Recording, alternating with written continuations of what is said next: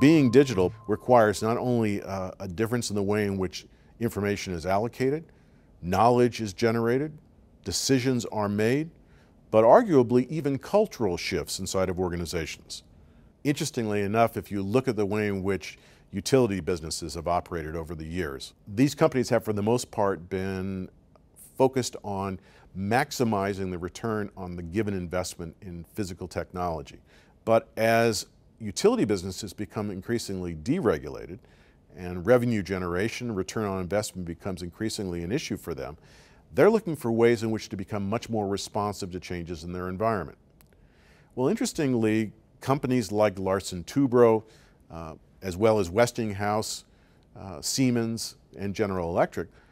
are instrumenting their equipment in ways that allow them to be able to understand how they operate much more precisely, as well as to understand what are the conditions under which you can vary their operation to be able to respond to circumstances as they arise. So, for example, there's a peak demand for electricity that was unanticipated. A plant operator in India can ask the equipment manufacturer, is it possible for me to work the technology, the current equipment we have, beyond its rated capacity in order to be able to respond to a revenue opportunity, a spike in demand,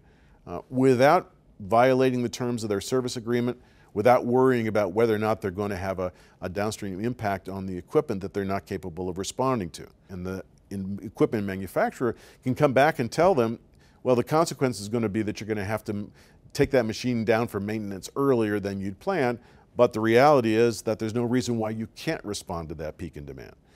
The consequence of all this is it turns plant operators from people who are simply managing things to keep them under control and turning them into business people who are exploiting opportunities. And that's a huge shift.